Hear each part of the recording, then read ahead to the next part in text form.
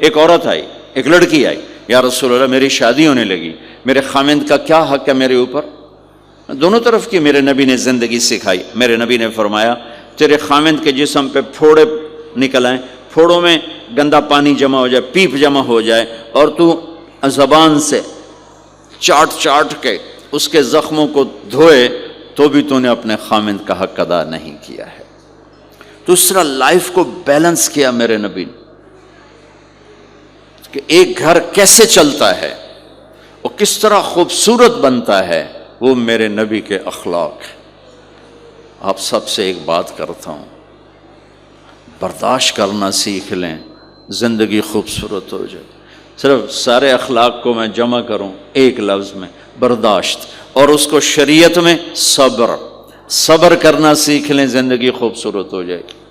بچیاں ساس کی شکایت کر رہی ہوتی ہیں، کبھی خامند کی شکایت کر رہی ہوتی ہیں، کبھی اولاد ماں باپ کی شکایت کر رہی ہوتی ہے، کبھی اولاد ماں باپ کی شکایت کر رہے ہوتے ہیں۔ شکایتوں سے جہان بھرا پڑا ہے۔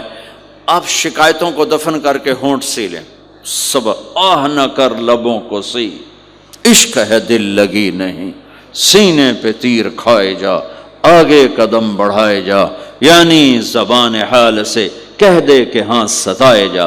جو ستاتا ہے چپ ہو جاؤ، جو ستاتا ہے چپ ہو جاؤ۔ اللہ کی قسم آپ ایسی طاقت بنو گے کہ پہاڑ بھی راستہ دیں گے۔ سب سے مشکل رشتہ خامند اور بیوی ہے۔ سینکڑوں آیات اس کے لیے اللہ نے اتاری، ماں باپ کے لیے چند آیات، اولاد کے لیے چند آیات، بہن بھائیوں کے لیے چند آیات ہے، خامند اور بیوی کے لیے قرآن پڑا ہے، پوری سورت اتاری ہے اور سینکڑوں آیات اتاری۔ چونکہ ایک اس رشتے کی اہمیت، ایک اس کی نزاکت اور کمزوری کہ کوئی رشتہ ٹوٹتا نہیں سوائے خامند اور بیوی کے۔ میں ماں کا بیٹا ہوں، باپ کا بیٹا ہوں، اچھا ہوں یا برا ہوں، انہی کا ہوں۔ میرا نسب میری نافرمانی سے بدل نہیں سکتا۔ میں اللہ بخش کا بیٹا ہوں، میرا یہ نسب بدل نہیں سکتا، اچھا ہوں یا برا ہوں، اللہ ان کی قبر روشن کرے۔ خامند اور بیوی کا رشتہ ایک بول پہ ٹوٹ جاتا ہے، ایک بول پہ ٹوٹ جاتا ہے۔ اس لیے اس کو بچانے کے لیے آیات آیات آیات، اور میرے نبی کی شادیاں کہ کس طرح ایک گھر کو لے کے چلتے ہیں، کس طرح ہر مزاج کی عورت کے ساتھ سلوک کرتے ہیں۔ جہاد کا سفر، کاروباری سفر نہیں، میرے نبی کا، اور چلنے لگے، اعلان ہوا کوچ کرو، سب نے سواریاں کس لیں، سامان کس لیا، یوں چلنے کا حکم ہو رہا ہے۔ اور حضرت عائشہ رضی اللہ نے اپنا یوں دیکھا، اونٹنی پہ بیٹھ گئی تھیں، ہار کوئی نہیں۔ یا رسول اللہ میرا تو ہار کوئی نہیں، میرا ہار گم ہو گیا ہے، میرا ہار تلاش کریں، ہم پھر چلیں گے۔ تو میرے نبی کہتے تو وڈی آئی نواب زادی، میں جہاد تے بہ جانا تینوں ہار دی پائے گی، چل اگو لگ۔ میرے نبی نے کہا چلو بھائی عائشہ کا ہار تلاش کرو۔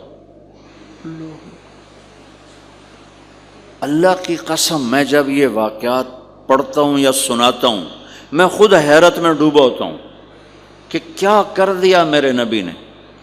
جہاد کا سفر، اور میرے نبی کا ہار تلاش کرو بھائی، اب سارے ہار تلاش کر رہے ہیں۔ اس دن چھپ گیا، ہار کی تلاش تو بند ہو گئی اور سفر بھی بند، چونکہ اندھیرے میں کہاں جائیں گے۔ اور آپ کے ماتھے پہ شکن، عائشہ تیری وجہ سے ساری مصیبت ہے، اللہ دے بندی تو ہار دے مگر پہ گئی، کیڑی گل ہے ہار دی؟ ایک لفظ نہیں فرمایا۔ سارے قافلے نے قیام کیا، عشاء تک تو پانی تھا، وضو کا پانی ختم ہو گیا، عشاء مغرب عشاء پڑی کٹھی تو پانی ختم ہو گیا۔ اب پانی ختم ہو گیا تو فجر کی نماز آ رہی ہے، پانی کوئی نہیں ہے، تو سارے صحابہ نے ابو بکر پہ چڑھائی کی، ویکھے تیری دھی دے مگر ساڑے نال کی بنی، ہوں اسی نماز کی میں پڑھنی ہے، پانی تو ہے نہیں تو وضو کی میں کرنا ہے۔ اب ابو بکر کو غصہ چڑھا، ایک دم، وہ تو باپ تھے، وہ گھس گئے خیمے میں۔ آگے دیکھا تو اللہ کے نبی اماں عائشہ کی گود میں سر رکھ کے سوئے ہوئے تھے، اور اماں جی ایسے بیٹھی تھی، آپ کو سارا دیکھ رہی ہوں۔ اب بولیں تو خطرہ ہے آنکھ کھل جائے گی، اور غصہ بھی چڑھا ہوا ہے، باپ بھی ہیں، تو اب مجھے دیکھو کیا کر رہے تھے۔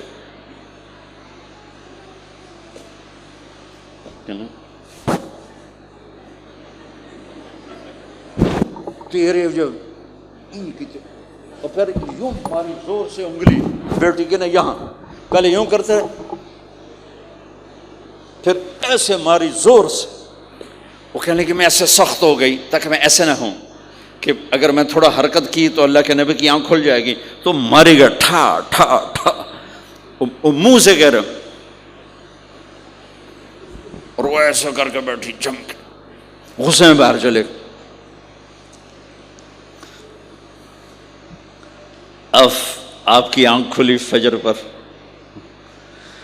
تو عائشہ نے کہا یا رسول اللہ وہ تو باہر تو بڑا مسئلہ ہو گیا ہے، پانی کوئی نہیں ہے اور نماز کا وقت ہو گیا ہے، وضو کیسے کریں؟ سبحان اللہ. اللہ نے قانون بدل دیا. دنیا میں پہلی دفعہ ہونے لگا ہے 1,24,000 نبی آئے، پانی نہ علی وضو ہو سکتا ہے، اس کے علاوہ نہیں ہو سکتا. میرے اللہ نے قرآن اتارا فَإِن لَّمْ تَجِدُوا مَاءً فَتَيَمَّمُوا صَعِيدًا طَيِّبًا فَامْسَحُوا بِوُجُوهِكُمْ وَأَيْدِيكُمْ مِنْهُ. اچھا میرے بندو پانی مک گیا ہے، چلو مٹی چاہتے منہ تے مارو تے دوئی چاہتے ہتھاں تے مارو تے تمہارا وضو ہو گیا، چلو تیمم کرو اور نماز پڑھو. اب وہ جو سارے ابو بکر پہ غصے ہو رہے تھے نا، عائشہ کہنے لگے واہ ابو بکر بھائی تیرے تو فعل کی کم بن گیا، تیری دھی دے تو فعل کی کم بن گیا. تو اسید بن حزیر پہلے ذرا زیادہ گرم ہوئے تھے تو وہی ابو بکر تیرے گھر کی یہ پہلی برکت نہیں ہے، پہلے بھی بہت شمار برکتیں تیرے گھر کی طفیل امت کو ملی ہیں. تو اللہ نے تیمم کی آیت اتار دی.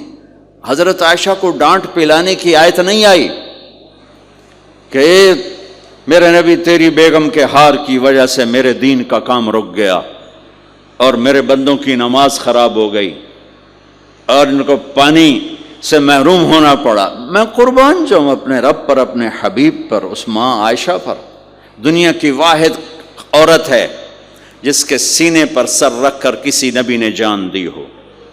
1,24,000 نبیوں میں سے کوئی نہیں ہے جس کا سر بیگم کے سینے اور ٹھوڑی کے درمیان ہو اور اس کی جان اللہ نے نکالی ہو. واحد میرے آپ کے مات فی سحری و نحری، سحری و نحری، سحری و کہ میرے چونکہ آپ ایسے بیٹھے تھی اور حبیب پاک آپ کے سینے پر یوں دراز تھے، نیم دراز اس طرح تھا اور آپ کا سر مبارک ٹھوڑی کے ساتھ لگ رہا تھا، ٹھوڑی کے ساتھ یہ جگہ یہاں لگ رہی تھی اور باقی یہاں تھی آپ اس طرح. اور واحد خاتون ہے جن کا حجرہ کسی نبی کی آرام گاہ بنا، ابدی آرام گاہ بنا. واحد اما عائشہ ہیں جن کے حجرے کو اللہ نے کسی نبی کے آرام گاہ بنایا. اور یہ واحد حجرہ ہے جہاں 70,000 فرشتہ صبح آ کے درود و سلام پڑھتا ہے اور شام تک پڑھتا ہے اور شام کو 70,000 نیا آتا ہے اور صبح تک درود و سلام پڑھتا ہے اور واپس چلا جاتا ہے. کائنات اللہ جب مسلمان دنیا سے مٹ جائیں گے، مسجد نبوی مٹ جائے گی، بیت اللہ مٹ جائے گا، مدینے کی ایک اینٹ باقی نہیں بچے گی. مکہ کتنے بڑی بڑی بلڈنگیں، ایک اینٹ باقی نہیں بچے گی. اور وہاں سے گزرتے ہوئے لوگ کہیں گے لگتا ہے اتھے کدی آبادی ہوئے گی، ایتھے لگتا ہے کدی آبادی ہوئے گی. یہ زبانوں پہ ہوگا. جب سارے نشان مٹ جائیں گے اس وقت بھی 70,000 فرشتہ آ کے درود و سلام صبح سے شام تک پڑھے گا اور شام سے صبح تک پڑھے گا. یہ واحد میں خاتون ہیں عائشہ بنت ابی بکر جن کو اللہ نے یہ عزت بخشی. اور یہ واحد خاتون ہیں جب ان کے اوپر تہمت لگی، حضرت یوسف علیہ السلام پہ تہمت لگی تو بچے نے گواہی دی، حضرت مریم پہ تہمت لگی بیٹے نے گواہی دی، اور اما عائشہ پہ تہمت لگی تو اللہ نے گواہی دی کہ میں گواہ ہوں. اللہ گواہ بن کے آئے. تو اللہ نے کہا تیمم کرو بھائی. سارے خوش ہو گئے، سارے خوش ہو گئے. تو حضرت عائشہ نے کہا یا رسول اللہ اب میرا ہار چھوڑ دیں، اب چلیں. تب آپ نے کہا چلو بھائی کوچ کرو. اس سے زیادہ کوئی دلداری کا واقعہ پیش کر سکتا ہے؟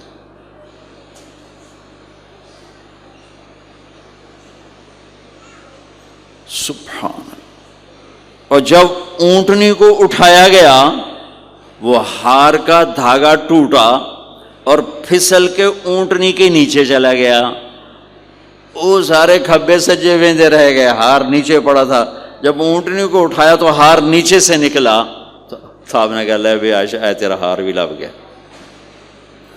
یہ دلداری ہے میرے نبی کی، یہ ہمیں سکھایا۔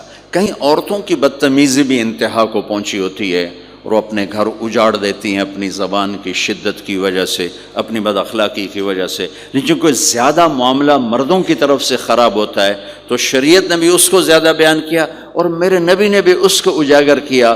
اور میرے نبی کی آخری تقریر، آخری خطبہ حجۃ الوداع کا صرف ایک رشتے کو بیان کیا، صرف ایک رشتے کو بیان۔